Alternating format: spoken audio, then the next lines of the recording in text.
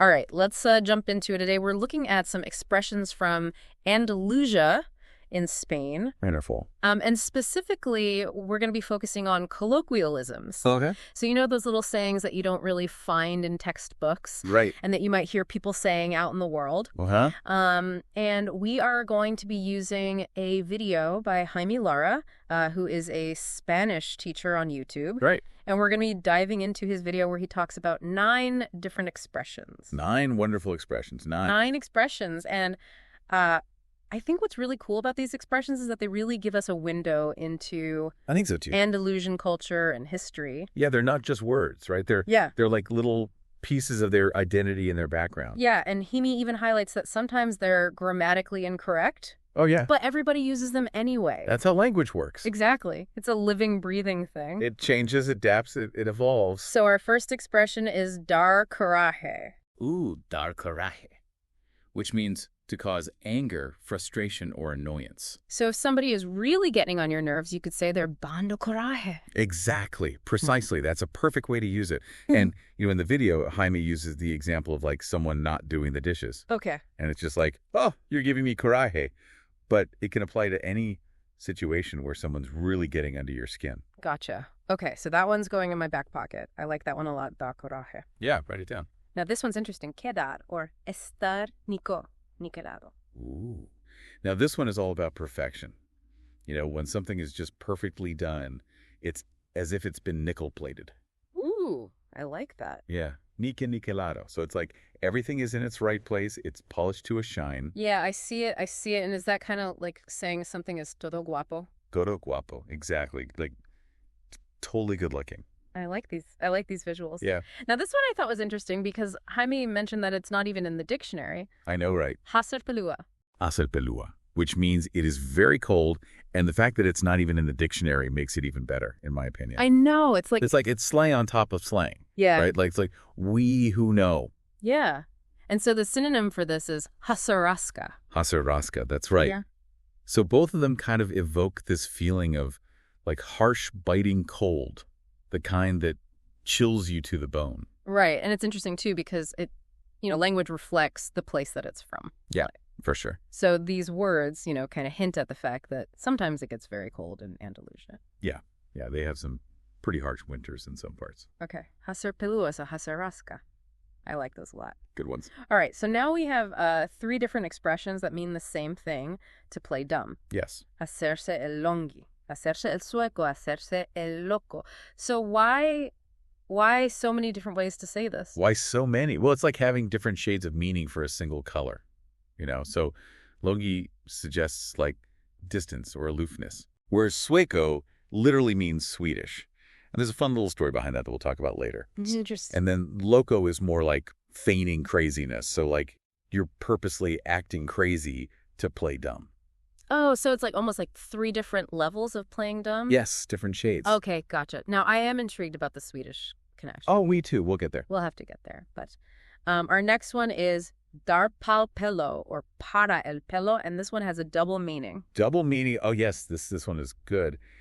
It can mean to physically hit someone or to completely defeat them in a challenge like you wipe the floor with them. So like I'm picturing a boxing match. Yes. Perfect example. Dar pal pelo. Yeah, you're giving it to them. Yeah, so context is key here. Context is everything with these colloquialisms. You got to pay attention to the situation to know what's going on. Exactly. You Yeah. know, you don't want to be talking about a boxing match and think that somebody's getting their hair brushed. Right, exactly. Yeah. So like think about, Pacquiao versus Mayweather, whoever won that fight. Dio pal pelo to the other one. I like it. Good one. I like it. And speaking of competition, this next expression, ser un convenio or convenido. Ah, yes. I think that applies to a certain type of competitor. This one describes someone who acts solely out of self-interest. What's in it for me? Right. That kind of person. Yeah. And it's often shortened in spoken Andalusian Spanish. So you might just hear convenio instead of convenido. Gotcha. Yeah. And Jaime tells this funny story about a childhood friend who was only nice to him when it was convenient for him. Oh, wow. Yeah. So he was a classic convenido. Classic convenido. Like that. That's a good one. Now we have darse una pechada de algo. Okay. This one sounds This one sounds intense. a little intense. Yeah, it's like you've done a lot of something so much that you feel full or exhausted. Okay. Like you've taken a chestful pichada of whatever it is. Okay, so like I'm at a buffet. Perfect example. I eat way too much food. I could say di una pichada of food. Di una pichada of all that delicious food. Or I could say I di una pichada of studying for this exam. Exactly. Yeah. Yeah, you're just full of knowledge you can't take anymore. I like it, all right. Yeah. I'm liking these. Me too. So now we've got another one that's not in the dictionary. I know another unofficial word, daru. Daru. And this one, it's funny because when I hear this, I just picture like a little kid, you know, Right. making a face like, Yeah, it's like, you gross. yeah. So what does this one mean? So it can be used to describe feelings of fear, disgust, discomfort, even fainting. Oh, wow. So it's like a catch-all for anything that makes you feel uneasy. Exactly. Anything that makes you go, you. And, Jaime even breaks it down further. Like you might feel you before doing something scary like canyoning. Right. Or at the sight of something disgusting like blood. Ooh, yeah. Or even if you're about to faint, like a soccer player who's just taken a bad fall. Okay. So it's all about those visceral reactions. Yeah, it makes me think that this must be something that people all over the world feel, you know. It's a universal feeling. Even if they don't have a word for it. Exactly. Interesting. Okay, so our final expression. For now, No ni nada. no ni nada. The joya de la corona, Chaim calls it. A crown jewel. The crown jewel of Andalusian expressions. Okay, I am all ears. Tell me why this one is the crown jewel. Well, imagine a triple negative that actually expresses a strong affirmative. Wait, what? Yeah, it's like saying yes, absolutely, with like an extra dose of emphasis and defiance. Okay, I'm going to need a little more help here. All right, let's break it down. Yeah. Okay, so no ni nada. It's a shortened form of no ni nada, Okay. which literally translates to like not even anything, Okay. but it's used to express strong agreement or disagreement, usually with like a little touch of defiance. So it's kind of like you're telling somebody that they're wrong, and you're going to emphasize how wrong they are by adding 3 negatives into it. Exactly. And Jaime gives 2 great examples in his video. The first one, imagine someone's accusing you of not finishing your homework. Oh, yeah. And you're like, no ni nada. Oh. It's like, you're not just saying like, yeah, I did it. It's like, no, you're wrong. I did it. It's like you're really shutting them down. You're shutting it down. I like it. Yeah. So that's for disagreement. How about agreement? For agreement, he uses the example of, no ni nada, voy a mover la playa. So that's like, absolutely, I'm going to the beach. Yes, exactly. And again, it's not just a casual, yes, it's like a declaration of your unwavering intention. It's like you're daring someone to try and stop you. Nothing's going to stop me from going to the beach. I like it. Yeah. No ni nada. That one's going in the back pocket, too. It's a good one, right? I think so. It really embodies that Andalusian spirit. You know, they're very passionate people. They're very expressive. And this just comes out in their language. You know, it's funny because you learn these expressions and it really makes you want to, you know, not just speak Spanish correctly, but, you know. With that feeling, with that soul. Yeah, you want to have that. Like, You want to embody it. yeah. That's the magic of colloquialisms. Yeah.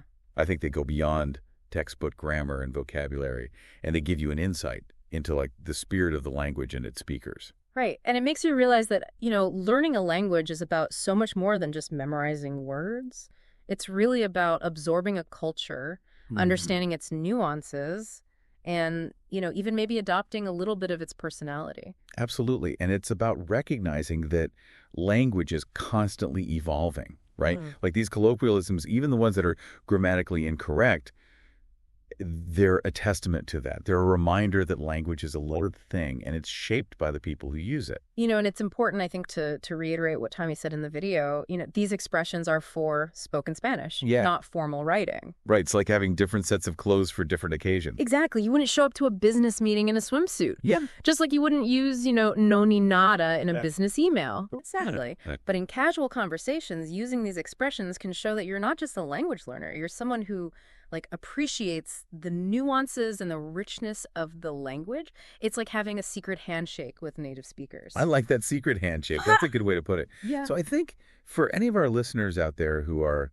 you know, thinking about learning a new language or even just continuing to learn Spanish, yeah, you know, don't be afraid to dive into those colloquialisms. They're a treasure trove of cultural insights, and they add so much color and personality to your language skills. And they might even make you feel a little bit more connected to the people and the places where those languages are spoken.